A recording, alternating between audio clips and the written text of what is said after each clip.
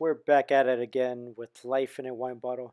I'm your host, Nelson Pizarro, and this is part two of topic winemaker with Aaron Walker from Pali Wine Company.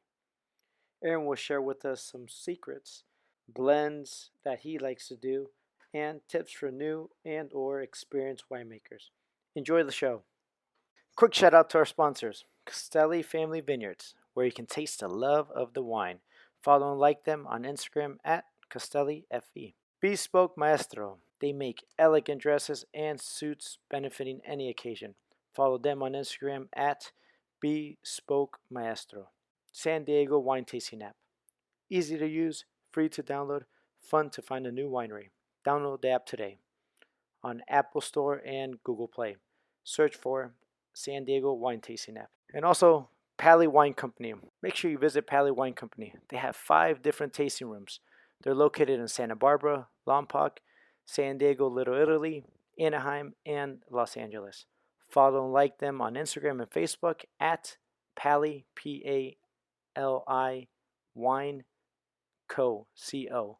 And you can also follow Aaron Walker, winemaker, on his personal account at Wine is Good for You. That's actually a great username, Aaron. All right, let's move on to the show.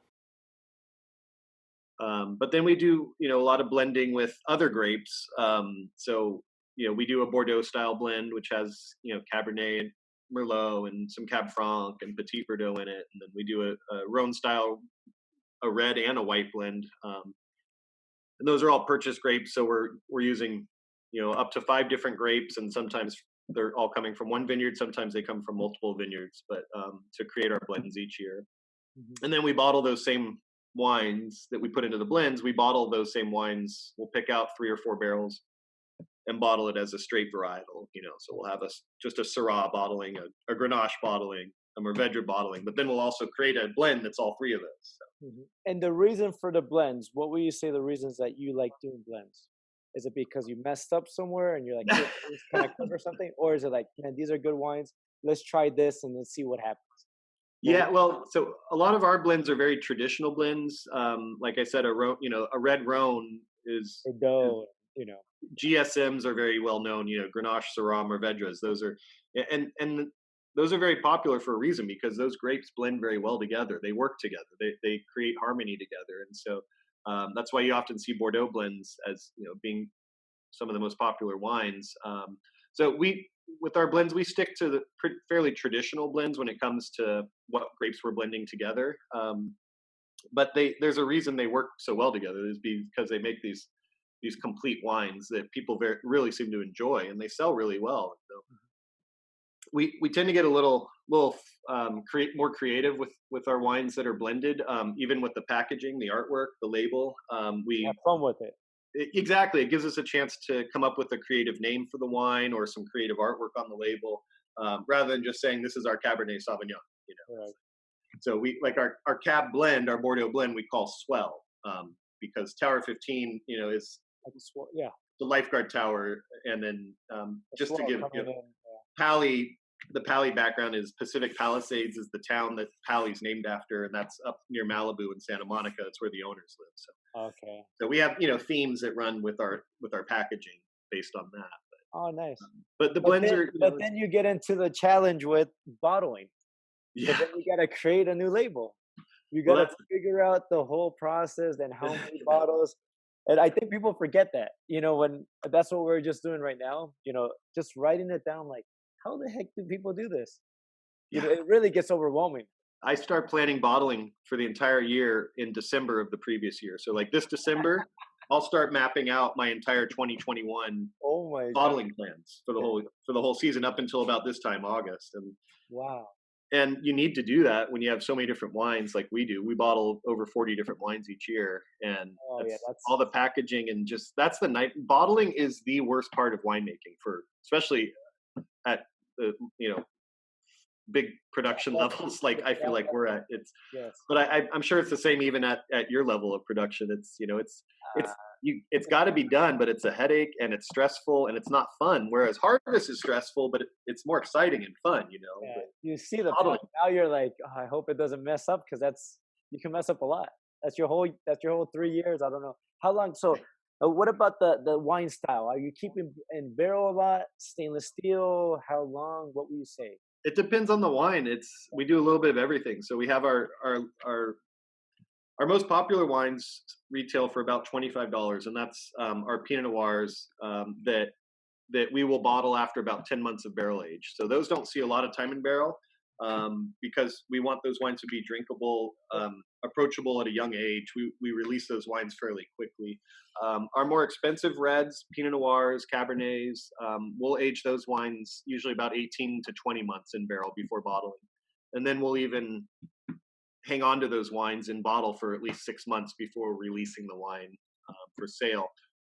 So it really depends on the wine as far as what kind of aging. We do use stainless steel for whites, not exclusively, but um, I actually like my preferred barrels is using neutral oak barrels for white wines. So barrels that have been used over and over that aren't giving off oak flavor. But it allows the wine to age differently than a stainless steel barrel, and so you don't get the oak flavor, but you get a wine that's a little bit more rounded and has a little bit more round mouth feel versus stainless steel aging, which traps it a little bit more and it doesn't breathe. And so when it comes Evaporation, to white wines, evaporation of it, evaporation of the barrels. right, and so you get a little bit of oxygen into the wine, but that helps the wine age, and so it's so yeah, we're even playing around with different styles of wine this year. Last year, we started making wine doing carbonic maceration, which is a completely different way of making wine compared to what I'm used to doing. Um, What made you go that route? no, but you're seeing more and more these days, especially small producers, and we're getting in, and it also goes in line with natural winemaking, where we're not adding SO2 or yeast or anything else to the wines, and so we're starting to get into doing some of that as well. So we're constantly experimenting and playing around, and we're not always making the exact same wine every year. There's always new trials that are going on each year, whether it's with different types of fermentation or if it's different types of aging vessels, like you're saying. We're looking at concrete, buying some concrete tanks and some of those eggs Like the that, pods, yeah, that turtle are popular these days. Yeah. So uh, seeing how that goes. Have you done that yet, or no, no, this year? not yet. Most likely. And then the storage after that. You got to store it somewhere, right? Once it's bottled. No, Oh, the the egg, egg. the egg, Yeah, like exactly. It egg takes. shape, like a raindrop. Yeah, Uh, it's not a very efficient use of space. The egg. yeah, you So just get it there, and you're like, "What do you do now?" now it just sits there, but it looks cool. So, Yeah, no, it's a good feature to talk to, but you got to keep it in the tasting room so people talk and about that's yeah. Our winery is basically just a 10,000 square foot warehouse. It's not a show winery. It's a production winery. So something like that, like you're saying, it doesn't make sense for us because every square foot in our building is very valuable it. space. Yeah, We've got 800 barrels in the winery at any given time, and it's 800. So, yeah. so people listening to us, right now we have 85 barrels in our winery, and out of the 85, 30 of them get bottled every year. Yeah, I wish I only had 80 to deal with. That's the dream for me. That's pretty nuts. What I mean, is there when you say winemakers have secrets? Some yeah, everybody's got. I don't know if Or some would call them secrets, but we preface this. definitely. Oh yeah, I mean you talk to anyone. You ask five different winemakers a question about a topic, you'll get five different answers, and everybody's got Isn't their that own the way of doing craziest things. thing? It It's is, a but little mind blowing, you it know? is, and that's what I learned very quickly. My first harvest, the building I worked in it was kind of like a custom crush place where it housed about 10 different small producers all under one roof in a warehouse, and it was a great place for me to learn very quickly. And I learned that what we're talking about, that everybody has their own way of doing any one task. Everybody's got their own preference on a way to do something, and as you go through and learn more and more, you pick and choose what works for you, and you start to develop your own style of winemaking. And that's definitely part of it, is deciding what you agree with and maybe what you don't want to do. And but there's always you can always learn something from another winemaker, because there's more than one way to skin a cat, as they say. I mean, there's so many different ways to go about doing things, and no one's right, no one's wrong. It's just whatever works best for you as a winemaker. Yeah, and the sales. Right, and well, If at I the don't end of the day, sell you it, got to you're sell the like, wine. okay, Yes, obviously we're doing something right. Let's keep it going and not kind of go too crazy, and maybe do 10% a new style, and then the 90% we keep on doing it so we can keep on going. The same objective. exactly. Um, any tips for winemakers, from starting out winemakers to experienced winemakers? What Well, new I mean, starting if winemakers? What would you say for starting winemakers? well, first thing is have a lot of money if you're starting it with your own money, and have a lot and have even more patience. Probably, Yeah, the other thing is in our world, winery time, always expect things to take twice as long as they will. That's something I learned, and my wife had to learn the hard way too. During harvest, like, oh, I think I'll be done in about 2 hours. I'll be home then. 4 hours later, I'm sending her a text. All right, I think I'm leaving now. there's And always something. always something. So always plan for the worst, expect the best, but always be prepared for things to not go. And that's how harvest is every year. We get ourselves set up as best as we can, prepared as best as we can. Um, but things never go exactly according to plan, and you have to be willing to be flexible and go with the flow and go with the punches, because a lot of time Mother Nature, you realize Mother Nature's in control and you can only do so much. And if you get upset and stressed out about things that you can't control, you're going to have a short This isn't for you. career. Yeah, This isn't exactly. different for. Is it pretty hot right now up there? It's crazy hot. Our vineyard, in fact, we're dealing with, we had a lot of heat damage on some of our Pinot Noir grapes this last week. And so we're assessing those this week, and we're expecting more heat tomorrow. Yeah, yeah, these next 2 weeks, 100, then it goes down, or for us, 100, and it goes down to 95, and then it goes Yeah, up again. They said Death Valley it broke the record for the world. 130. Yeah, 130, Crazy. which I don't know what that means. I don't like my father-in-law said he's like, well, only old people talk about weather. So I said, I guess I'm old, but we're farmers, so we And should know farmers, about. though. Yeah, Farmers, yeah, yeah. we should know about how hot it's gonna get if we need to water it more, or decide from there. Yeah. I've learned more about the weather than I ever thought I would, just because it's become so important. I'm checking the weather every day, and Yeah, because it relates a lot, and it affects, just my plans and my job. So yeah. Does it rain a this lot during the October time? ideally no, and usually not. Okay. That's the beauty of the Central Coast where we are, is that a lot of the storms, the early storms, early season storms, don't make it this far south. So, if Sonoma and Napa might get some storms, some rain in October, and oftentimes those storms won't make it that far south, that so we kind of get spared in Yeah, a lot of cases. Occasionally we'll get a little bit of rain during the year, but that's usually not a big issue. What's the bigger issue are heat waves like this. yeah. That's more of the concern. Trying to keep it cooler. Yeah. So, and it's so weird. We had such a cool summer. All of July was and June was so, all the marine layer, and it never got warm up until 2 weeks ago, and then now it's the extreme opposite. It's too warm. It's Yeah, we got this too crazy hot heat, really fast, and it's lightning storms. yeah, yeah. Big Bear, there was a 2-hour storm there for like 2 inches over there, and That much. Wow. lightning struck and caught the forest on fire. So from our area, we have the airport, and we can see the planes flying to go try to Yeah. take care of that problem over there. Yeah, we deal Um, with fire all too often up in this area, and I know right yeah. now there's a big one in Napa Valley. Oh, there Or is. two of them. Yeah, Oh, bummer. yeah. It's part of the new, the reality of being in California, unfortunately. Yeah, there's a fire prone area. It's not fun. No, Um, how much are you in the tasting room? Are you pretty big in there? What's this year less than normal, yeah, because of the pandemic. I've been staying home, but usually starting in January or February, I start spending a lot of time in our tasting rooms. And having five of them, I've got to try and make it around to all of them at least once every 2 months. So I usually spend 3 or 4 days each month visiting two of our tasting rooms, or three of the tasting rooms each, and then rotate.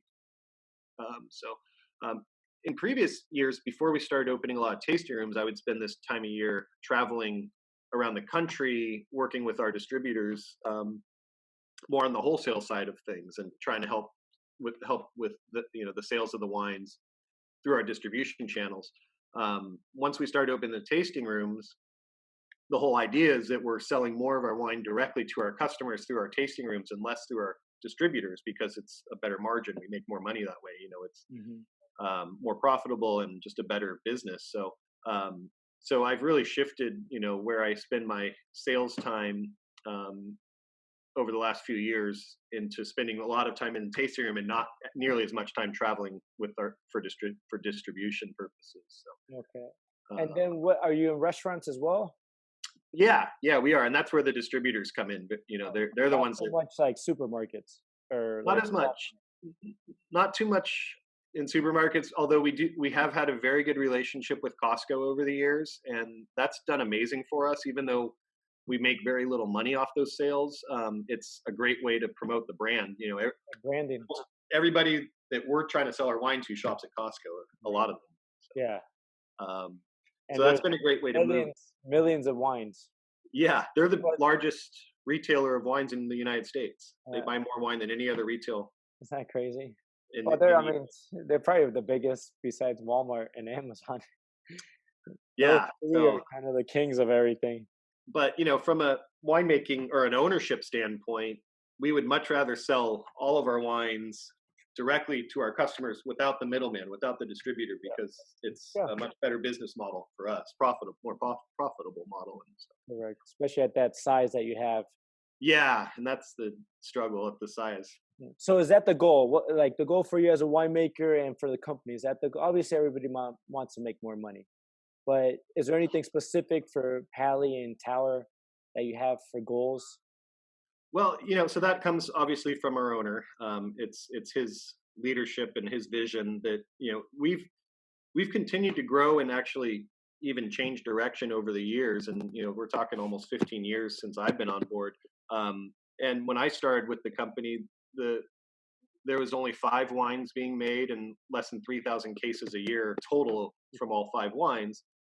And Each now, of those wines all cost like 50 or $60 a bottle, and that was it. There was no variety. It was all Pinot Noir, single vineyards, $50 a bottle. That's all we offered. And so our goals have changed over the years. For a number of years, we were trying to get up to a real big production, like 50,000 cases or more. And so we started ramping up, and we got close to that, and then decided to back off after about 4 or 5 years of going in that direction. Then things changed, and so we changed direction, and then we've done that again with these tasting rooms. And so now the goal is to build our brand through these tasting rooms and to have more of these tasting room outlets. So going into this year, the goal was to double to 10 tasting room locations over the next 2 years. obviously, this Now one, that's been put on hold, yeah, right? Yeah, it's but just that's like still wine. part of the long-term plan. Yeah, the goals are based on winemaking, and the winemaking changes always.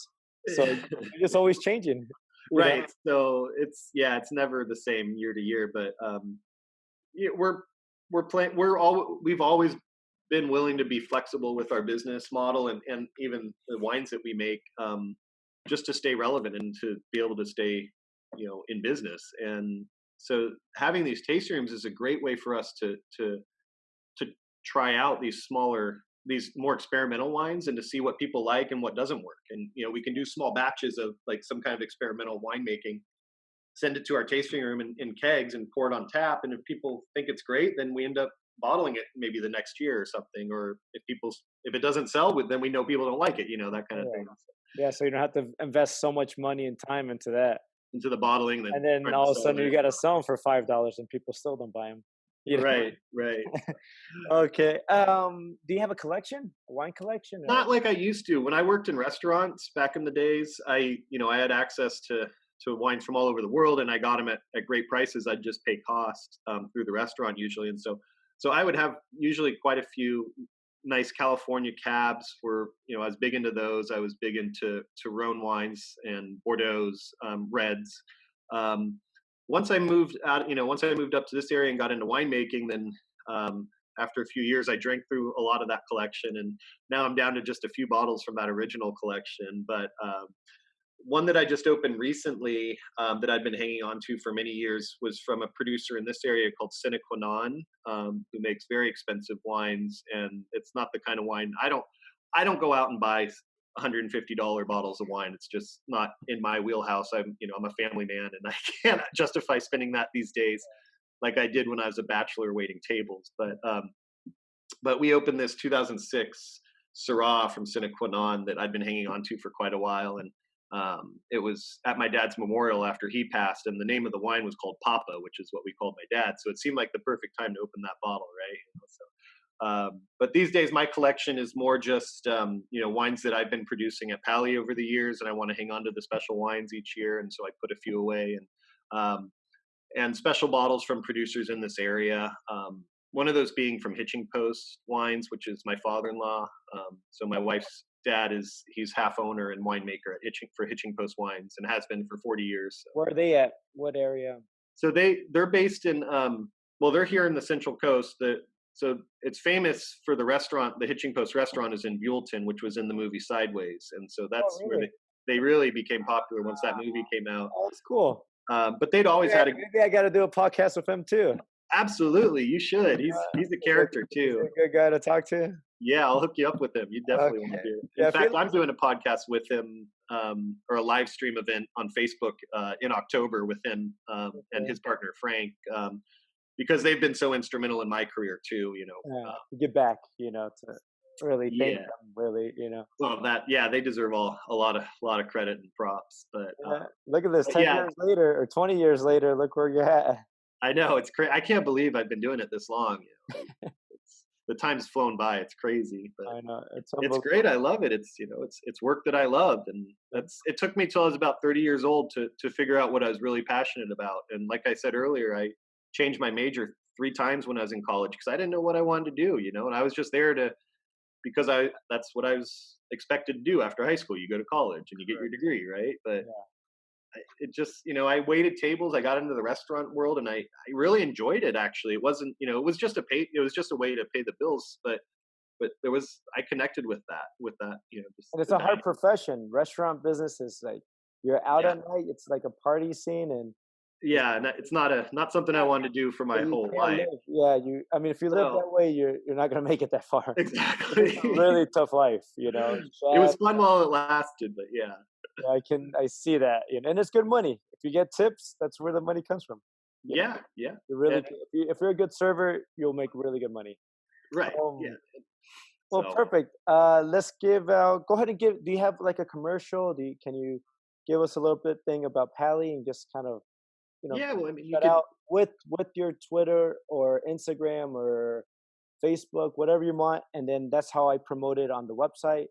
Um, I write it down and just make sure we get those things in there. Great. Yeah, our website is paliwineco.com. So PALI wineco.com. We have obviously a Facebook feed, which you can just look up Pali Wine Company on Facebook. Instagram, same thing. It's going to be at Pali Wineco. My personal Instagram is at Wine is Good for You. That's my handle. That wine Uh, is good for you, okay? I and gotta then follow you. Yeah. That's I'm not Instagram. super active on social media, but the Pally, we of course we've got a social media person Yep. that manages that stuff and posts there very frequently, and in fact our tasting rooms have been doing a lot of daily live feeds because we have 50% off Oh, specials on bottles of great deal. wine at all of our tasting rooms, and it changes every day, and so they've been using Instagram a lot to promote those sales. Okay, I just followed. I don't know. I didn't follow. I think I followed it in the Life in a Wine Bottle Oh yeah, Instagram, but not on the Castelli Family Vineyard. So I just followed it right gotcha. there. It has good, great pictures on Thank there you. on Instagram. Um, so you got that social media, Hallie. You got the special, which is great because we're gonna post this next week, and we'll do half and half. Great. And then we'll just do the wine spit game that I have. Have you Okay. heard about that yet? Did you hear about that? Well, I think I caught the one you did with Catman with Matt. Yeah, Okay. Yeah, yeah, so it's just 5 quick questions and as quick as you can and nothing challenging, just about wine. sure. Right? And you Okay. cannot choose Pally and you can't choose Castelli Family Vineyard. Okay, those two you can't choose. All right, fair But enough. we know those are your favorite. Automatic answers, Yes, right? you Yeah. don't need That's a to cop in out, huh? Tower. Yeah, Okay. in Tower, you can't. All right. All What right, do you fair enough. prefer, red or white? Sorry, say that again. What do you prefer, red or white? This right now, white. Okay, white. It's too damn hot for red. A favorite varietal? Syrah. Syrah. No, Okay. no, Syrah. Syrah. Oh, Syrah. Okay. Yeah. Um, what one region you like to go to? Where would it be? Oh, um, there's so many new wine regions. So Croatia was on my radar recently Okay. because they've been making wine there for thousands of years, and they make some great white wines too. Actually, some very aromatic whites. And apparently, they have beautiful beaches. From what I Yes, they do. I actually lived there for a little bit. Not No in way. Croatia, in Montenegro and Serbia. Oh yeah. So I was there for some time. Would Yes. you would you suggest a visit as a place to Yeah, go? yes, great. I mean, Montenegro and Croatia are really nice. Serbia Okay. because they're landlocked. So, but Montenegro has an ocean, and then Croatia has an ocean, beautiful beach. Cool. And somebody just told me that's where the Game of Thrones. Sorry. I didn't watch the show, Me but either. Yeah. they're like a huge fanatic, and they take you on tours through that too. Just to let you Oh, know. of course. Yeah. But yeah, the wine they say it's really a good place to have a good time there. All right. What was the last bottle you tasted? Um. Let's see. Well, I think I'm looking at it. One of our Pali Wine Company 2013 Pinot Noirs from Shea Vineyard in Willamette Valley, Oregon. So that was a So you wine we have used wine to from make. Oregon. Oh, okay. Yeah, so that's something we've phased out more recently. But from our early days on, we always got grapes from Oregon, at least a little bit each year to make Pinot from. Oh, nice. Okay. Yeah. And the last one, your favorite winery. Favorite winery? Well, I already mentioned Hitching Post, and I've got to give them my props. If it's Okay. not Castelli or Pali, of course, Yeah, yeah. But yeah, but those ones don't count. We already know those are your favorite. but The Hitching Point Post. yeah, no, that's they've been Hitching Post has been very instrumental in my career. Even before I got into winemaking, they were I was tasting a lot of the Pinots that they were putting out from this area, from Santa Rita Hills, and it was very formative in my early days of learning about wine. So Oh, so perfect. huge impact on me. And then I would say one other one, Kunin Wines, Kunin, a guy named Seth Kunin, who unfortunately passed away about almost 3 years ago now. But he was a huge mentor for a lot of folks in this area, myself included, and also a good family friend. And um, his wife and daughter are continuing on the label Kunin Wines, and Oh, so cool. that would be another personal favorite of mine. Oh, nice, nice, sweet. Well, that was the end of the questions. What do you think about the podcast? You had a good time? Yeah, this is great. We should do this again. Yeah, let's see what happens after harvest, and see what your plans are for next year. I Yeah. think that'll be Are fun. you guys done? I know you said you already picked. What'd you say, Viognier? Yeah, just a V&A. Okay, so you still have more. I don't know if you can see my hands. Yeah. Oh yeah. We Looks just like you've saw been busy. a B, literally. I was showing the person next to me, hey, we don't want any of these, because they're white, right? The grapes are white. Yeah. They're kind of greenish. Well, the ones that aren't ripe, they're just, regular grapes that taste nasty, right? So I cut it from the top and I said, we don't want any of these. And I stuck my hand through the vines. Oh, A wasp stung me. a wasp. Oh. I mean, literally, we walked right in the vineyard and that's it. I said, we don't want any. Ow. And I Oh. looked and then my hand just swelled up. So I'm not, and that was yesterday morning. Oh It's not, man. it's not doing too good right now. No, that looks pretty swollen. Yeah, look at Holy that. cow. And I guess here, right here, and between my finger. Oh People man. that aren't watching, my hand is, I think, 2 times bigger. So It looks about that. Yeah. yeah, you don't see any veins on one hand, but you can see the veins on the other hand. So people can say, and if I had a ring on, I wouldn't be able to put on the ring on my finger because it No. would I can't take it off, and it would have been a lot of pressure. But yeah, that's so just to let people know about harvesting. It's dangerous. You never know. Yeah. Yeah, there's a lot of animals that can hurt you. You know. So It's a yeah, we're dangerous gonna. job. Yeah, and besides just cutting your finger off with Right. clippers, I really appreciate all the time, your information. I know if I had any questions, I always can contact you, especially in the business side, because you guys have been living it, um, just creating so much wine, and you're so relevant within the area. And I know a lot of people go down to downtown. Obviously, in my area, I know people know you from that area, so you Great. did a great job. So keep Thank you up very the much. good work. I mean, wine. There's millions of labels, and the goal is what makes them want to pick your wine. Right. a label that they never tasted. Why are we gonna pick your one label? So I Right. give some customers and have them try out when they're downtown, and now they're kind of opening up things around this area. So and you do have an outdoor space. Right. I think the More roof. now than we used to. Yeah, I think the roof. You There's can a come. roof, but we also built an outdoor seating area in the back, which used to Okay, be a parking lot. yeah, I haven't been down there that long, or yeah, I haven't been down there probably for a year. But yeah, so guys, if you can support, this is the best way. If anybody says, "How can I help you?" This is the best way. Come to wineries. They have you got a special, like that's a crazy special that you're going right now, and you have some amazing wines. So make sure you promote that. I mean, go out there and get and support Yeah. everything.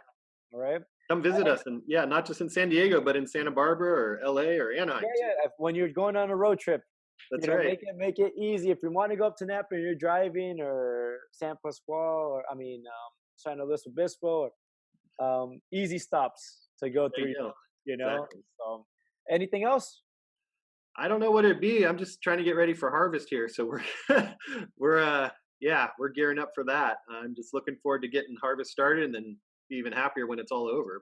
But Yeah, I know it's fun the first time, and then by the end, you're really exhausted. you're just tired. Yeah, Yeah, exactly. But it's mind it's blowing. a it's a good kind of tired though. Yeah, It's yeah. So that'd be good. That was the end of part two. Topic winemaker, and thank you very much, Aaron Walker from Pali Wine Company. I had a great time, learned a lot, and at the end of the day, this is what it's all about.